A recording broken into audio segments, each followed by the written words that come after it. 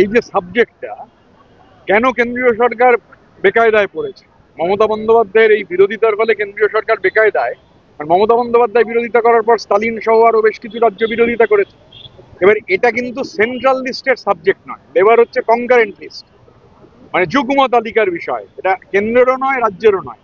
তো যুগ্ম তালিকার সাবজেক্ট, সেই সাবজেক্টে হচ্ছে রাজ্য সরকারকে কনসাল্ট করা হচ্ছে না, ট্রেড ইউনিয়নগুলোকে কনসাল্ট করা হচ্ছে না। তখন সংখ্যা ছিল গায়ের জোরে 29টা শ্রম আইন বাতিল করে 4টে লেবার কোড চালু করেছিল, কিন্তু এখন সারা দেশ জুড়ে এটা চালু করতে গেলে কনসেনসাস লাগবে, সেই অবস্থায় সেটা কোনো অবস্থায় করতে পারছে না।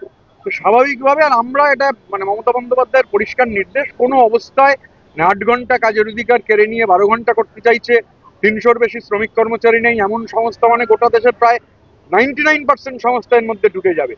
এই যে শ্রম কোড, এটা চালু হলে ট্রেড ইউনিয়নের অধিকার চলে যাবে, শ্রমিকরা কৃতদাসে পরিণত হবেন। কোনো অবস্থায় এই শ্রম কোড চালু করতে দেওয়া যাবে না। ঐক্যবদ্ধ লড়াই আন্দোলন সেটা চলবে। আর মমতা বন্দ্যোপাধ্যায় এই আন্দোলনের প্রথম নেতৃত্ব দিয়েছেন। উনি নেতৃত্ব দেওয়ার পরই একাধিক রাজ্য এই আইন মানতে অস্বীকার করেছে। विस्तारित रूप से मैं अपने जब बोला तब बोल दिया, মানে और দৌড়ানে का कोई मतलब नहीं है করেছেন। এবং আপনারা জানেন যে ব্রিজ এন্ড রুট এটাকে মানে বিলগ্নীকরণ করবার জন্য কেন্দ্রীয় সরকার একদম উঠে পড়ে লেগেছেন। আমরা পার্লামেন্টে অবশ্যই এটা তুলবো।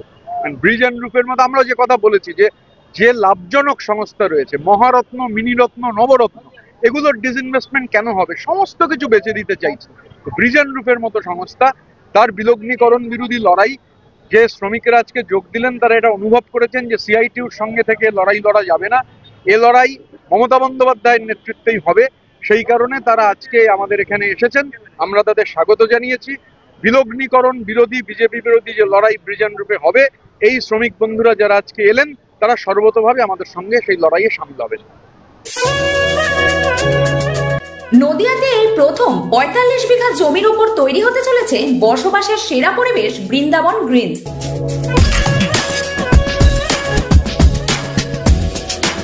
অর্থমন্ত্রক ভারত সরকারের নিলামী প্রক্রিয়া দ্বারা অনুমোদিত জমি এবার আপনার হাতে তুলে দেবে লাখুটিয়া গ্রুপ, তাও আবার অল্প মূল্যে।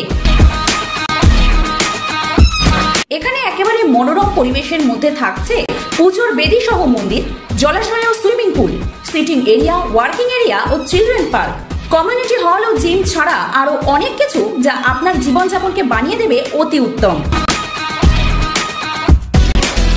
নদিয়া জেলার মদনপুর স্টেশন থেকে মাত্র 2 মিনিটের দূরত্বে আলাইপুরে এই বৃন্দাবন গ্রিনসে একদম অল্প মূল্যে জমি কিনতে শীঘ্রই যোগাযোগ করুন এই নাম্বারে। সীমিত সময়ের জন্য কিস্তিতেও দেওয়া হবে জমি।